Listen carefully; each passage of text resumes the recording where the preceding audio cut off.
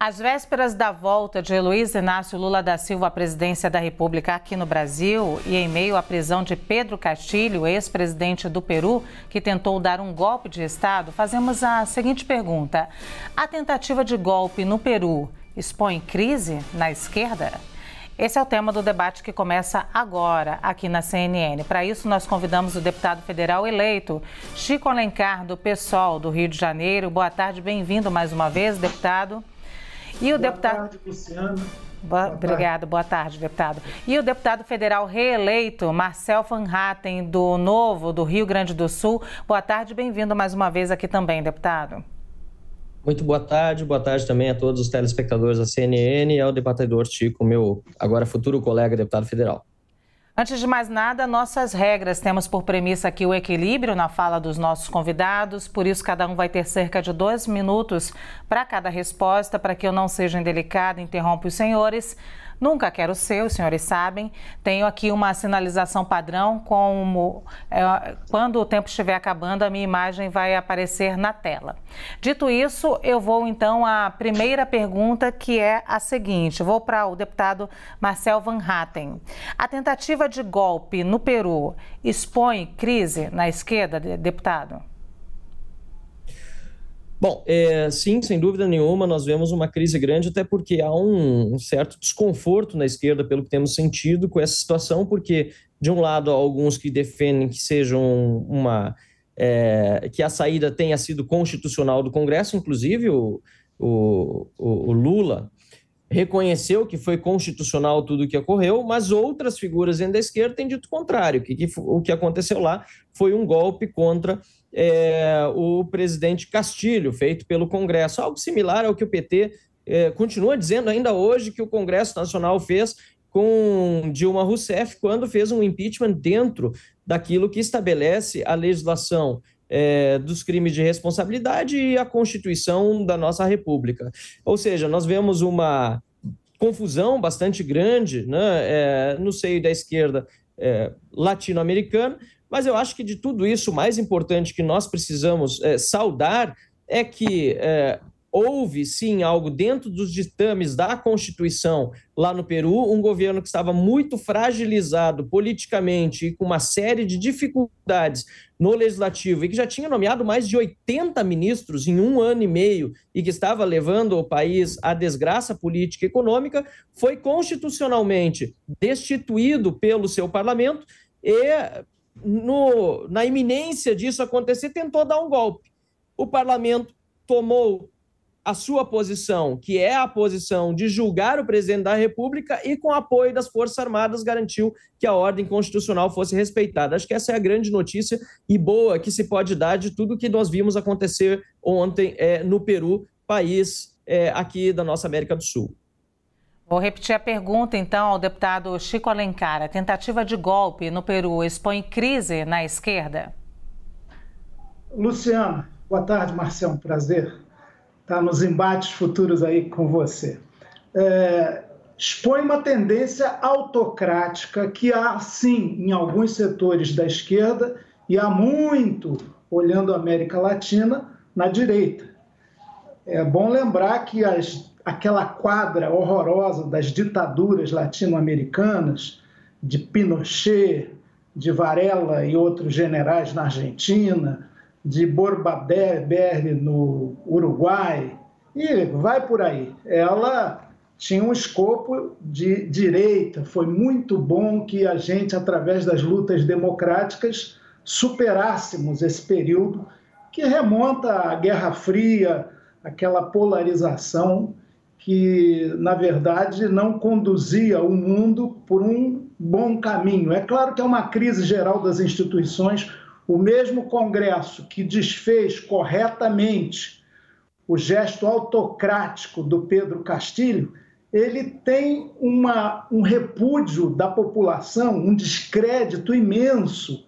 87% em pesquisa recente da população peruana não dá credibilidade aos deputados do Peru, que por 101 votos contra 6, inclusive muitos apoiadores até então do Castillo, decidiram que aquele gesto dele, translocado, isolado, sem nenhuma base social, sem nenhuma articulação política, foi uma espécie de araquiri político que ele fez. Foi uma espécie de fujimorização do Castilho, que disputou o segundo turno, indo para esse segundo turno da eleição, há pouco mais de um ano atrás, com 18% dos votos apenas, a esquerda estava dividida lá. Então, eu acho que é uma crise da democracia que está superada nos marcos da Constituição, o que é positivo.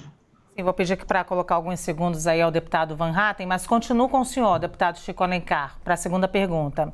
O presidente eleito Luiz Inácio Lula da Silva se manifestou sobre a prisão do ex-presidente Pedro Castillo, do Peru.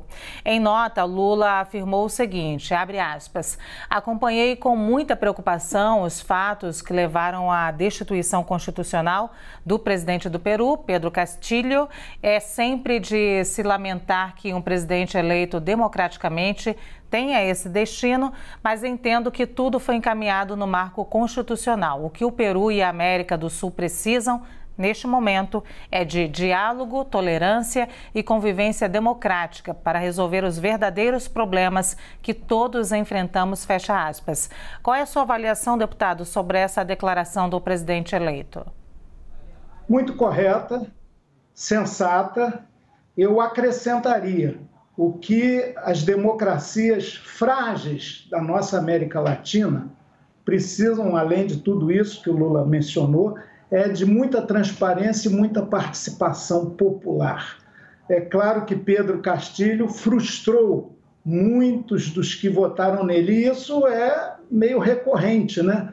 Os governos eleitos muitas vezes queimam o seu capital político eleitoral em pouco tempo, porque não dão conta da demanda da população, das maiorias, que ficam clamando por direitos básicos. E isso muitas vezes se frustra. O importante é não fazer campanha demagógica, o importante é você ter atenção para que as instituições do Estado brasileiro sejam porosas às demandas populares. O Peru vive um período muito crítico.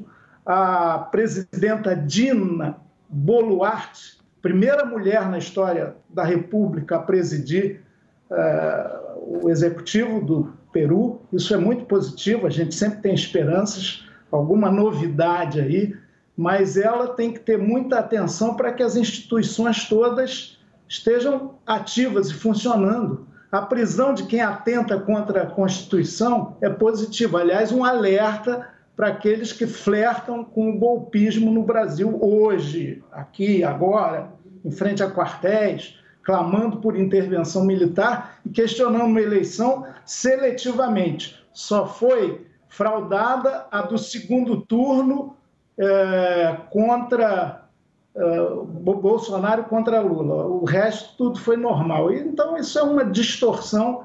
Eu espero que tudo seja superado e que a Constituição, assim como no Peru, seja respeitada.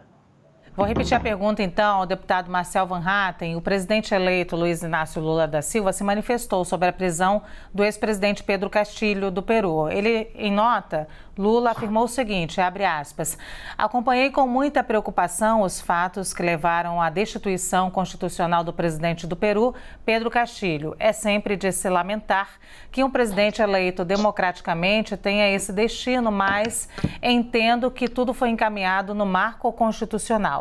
O que o Peru e a América do Sul precisam neste momento é de diálogo, tolerância e convivência democrática para resolver os verdadeiros problemas que todos enfrentamos, fecha aspas. Qual é a sua avaliação, deputado, sobre essa declaração do presidente eleito? A declaração dele até surpreende, porque não parece ter sido escrito pelo próprio Lula, cujo partido, o Partido dos Trabalhadores, ele próprio, até hoje não aceitam a destituição de Dilma Rousseff como presidente da República por meio de um processo de impeachment completamente constitucional, inclusive presidido pelo presidente do STF de então, Ricardo Lewandowski, no julgamento final no Senado da República. Por isso surpreende bastante, porque Lula ele dá uma declaração correta nesse momento em relação ao ocorrido no Peru, foi constitucional, foi dentro da ordem legal, assim como aconteceu o impeachment de Dilma Rousseff e também aconteceu antes o impeachment de Collor. E nesse sentido concordo com as falas do deputado Chico agora há pouco, quando falou que Pedro Castilho não atendia mais no seu governo, né, muitas das demandas políticas trazidas pelos eleitores no período eleitoral. Exatamente aquilo que aconteceu com Dilma Rousseff, que quando reeleita revelou-se, né, um estelionato eleitoral. Um processo de impeachment ou de destituição de um presidente da República, ele é mais do que um processo jurídico, apesar de também, no caso brasileiro, precisar ter os elementos jurídicos, e Dilma Rousseff teve as pedaladas fiscais que caracterizaram o crime de responsabilidade de uma forma muito clara. Mas tem também o elemento político, a insustentabilidade daquele governante. O que nós vemos nessa declaração no Lula, que agora vale a destituição constitucional, mas antes não valia, é que, no fundo, a esquerda ela privilegia muito mais a ideologia e seus parceiros do que aquilo que está de fato na Constituição. Não por acaso, a vice de Pedro Castilho também é de esquerda, Dina Boluarte, e está sendo agora saudada como a primeira presidente mulher, né, da história do Peru, e está sendo, portanto, também respaldada pelos movimentos de esquerda em toda a América Latina, a exemplo da declaração de Luiz Inácio Lula da Silva. O mesmo não aconteceu com Michel Temer, que não tem esse mesmo corte ideológico de esquerda e, apesar de constitucionalidade existir em ambos os casos, foram utilizados 2 pesos e 2 medidas.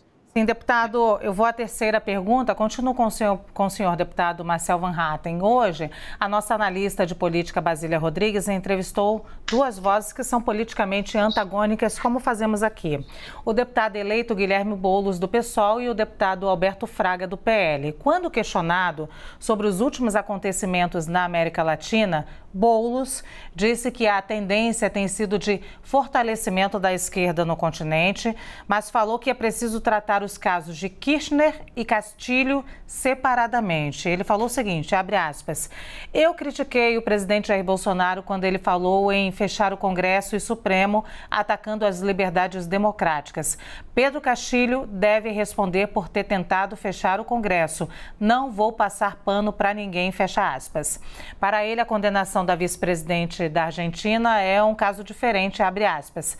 Ela tem sofrido uma perseguição política muito parecida com a que sofreu o presidente Lula aqui no Brasil, fecha aspas. Qual é o seu ponto de vista, deputado? Bom, até talvez seja um pouco deselegante falar de um comentário de um deputado que não está aqui conosco, mas como ele foi citado, o deputado Boulos, se ele não está passando pano para essa situação, que bom que não esteja, de outro lado a gente vê não só ele, mas tantos outros passando pano para a situação em Cuba, onde há, por exemplo, um único partido político. Não se pode falar em parlamento, em pluralidade de ideias em Cuba, ou na China comunista, ou na Coreia do Norte, países parceiros da esquerda, né, quando não há pluralidade de opiniões e há perseguidos e até mesmo presos políticos, né? Então, acho que essa não passada de pano que ele disse que se comprometia a não dar em relação ao caso peruano, não tem se aplicado a outros casos onde a esquerda governa de uma forma ditatorial. Eu acho que esse é o primeiro ponto que precisa ficar claro. Além disso, acho importante nós lembrarmos que toda essa situação que nós estamos vendo ocorrendo agora na Argentina tem a ver com corrupção, tem a ver com obras de empreiteiras beneficiadas, segundo a denúncia do Ministério Público, confirmada pelo Judiciário, por um esquema criminoso liderado por Cristina Kirchner e outros de seus comparsas. O mesmo que aconteceu com o Mensalão, com o Petrolão aqui no Brasil, com empreiteiras pagando propina. O dinheiro existiu, o dinheiro, inclusive, foi repatriado, milhões e milhões de dólares, e, infelizmente, agora existe apenas um único e último preso da Operação Lava Jato em regime fechado, que é o ex-governador do Rio, Sérgio Cabral. Todos os outros soltos, todos os outros livres, todos os outros com suas, não absolvidos, mas com suas penas anuladas ou com prisões flexibilizadas. É muito triste a gente ver a esquerda que tanto diz combater a corrupção, quando chega em si mesma, passa pano para todos esses casos. Eu vou repetir a pergunta agora ao deputado Chico Alencar. Hoje, a nossa analista de política, Basília Rodrigues, entrevistou duas vozes que são politicamente antagônicas, o deputado eleito Guilherme Boulos, do PSOL, e o deputado Alberto Fraga, do PL. Quando questionado sobre os últimos acontecimentos na América Latina, Boulos disse que a tendência tem sido de fortalecimento da esquerda no continente, mas falou que é preciso tratar os casos de Kirchner e de Castilho separadamente. E ele falou o seguinte: eu critiquei o presidente Jair Bolsonaro quando ele falou em fechar o Congresso e Supremo, atacando as liberdades democráticas. O Pedro Castilho deve responder por ter tentado fechar o Congresso e não vou passar pano para ninguém, ele disse. Para ele, a condenação da vice-presidente da Argentina é um caso diferente, abre aspas. Ela tem sofrido uma perseguição política muito parecida com a que sofreu o presidente Lula aqui no Brasil, fecha aspas. Qual é o seu ponto de vista, deputado? Em primeiro lugar, eu saúdo, creio que é muito positivo, que na América Latina, nos pleitos mais recentes, figuras e movimentos de esquerda tenham vencido as eleições. E quando perderam, como no caso do Equador e do Uruguai, também em eleições recentes, respeitaram o resultado, não ficaram de chororô, de mimimi, de fraude, não. Aceitaram, e isso é bom, é uma cultura democrática que avança.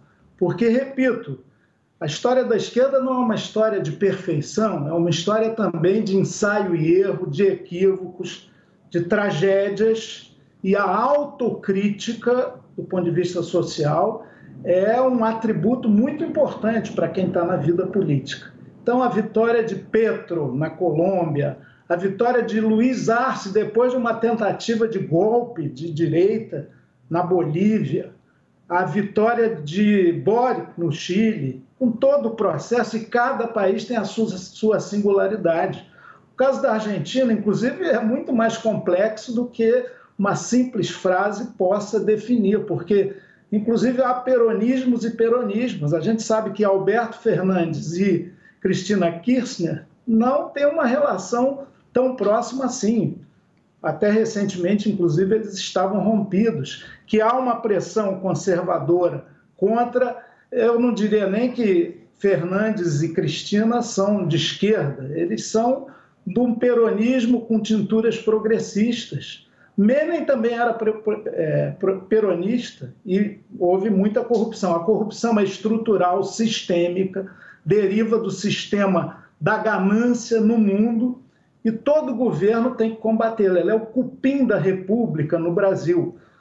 Marcel, a gente vai debater sobre, quando estivermos juntos aí em Brasília, sobre a questão das tais pedaladas fiscais que Delfim Neto, que está longe de ser de esquerda, dizia que existia no Brasil desde Dom João VI. Portanto, cada realidade é específica e a gente tem que avançar na democracia brasileira, que é também muito frágil ainda. Eu queria que os dois tivessem agora, eu vou dar 30 segundos para considerações finais de cada um dos deputados. Queria que considerassem esse momento do Brasil e esse alerta que acontece na América do Sul, como ela serve para nós aqui. Deputado Marcel Van Hatten, o seu primeiro. Bom, agradeço mais uma vez a oportunidade do debate bastante de alto nível, e é importante a gente lembrar que nós vivemos um momento muito delicado no Brasil, principalmente partindo das decisões que eu vejo no Poder Judiciário. Nós sabemos que a situação está muito tensa, mas as eleições acabaram e é preciso que as decisões do Poder Judiciário não incendiem o país. Eu estou muito preocupado, Chico, e todos que nos assistem aqui pela CNN, com as censuras que estão sendo feitas sobre parlamentares, a perseguição política que está partindo do Poder Judiciário, e por isso eu propus uma CPI do abuso de autoridade do STF e do TSE para tentar reequilibrar as instituições, os poderes e pacificar o país. Muito obrigado. Obrigada, deputado Chico Alencar, também 30 segundos. O abuso de autoridade é uma constante na sociedade autoritária brasileira, patriarcal, escravocrata, coronelista, mandonista, numa república sempre insuficiente. A gente tem que ter atenção para isso. E há abuso do poder nos três poderes. E há abuso do poder no guarda da esquina, e há abuso do poder do patriarcalismo dentro de casa. Enfim, a história do autoritarismo no Brasil tem que ser combatida. Agora, a gente tem que ter esses poderes funcionando. Quem financia trator na rua para impedir o trânsito e fazer questionamento de eleição, está também abusando do poder. Mas vamos em frente, eu estou otimista com o Brasil. Olha, eu agradeço muito aos dois, foi um debate realmente riquíssimo, com muitos elementos. Agradeço mais uma vez aqui a participação do deputado federal eleito Chico Alencar, do pessoal do Rio de Janeiro, e do deputado federal reeleito Marcel Van Hatten, do Novo, do Rio Grande do Sul, que mais uma vez aceitou o nosso convite.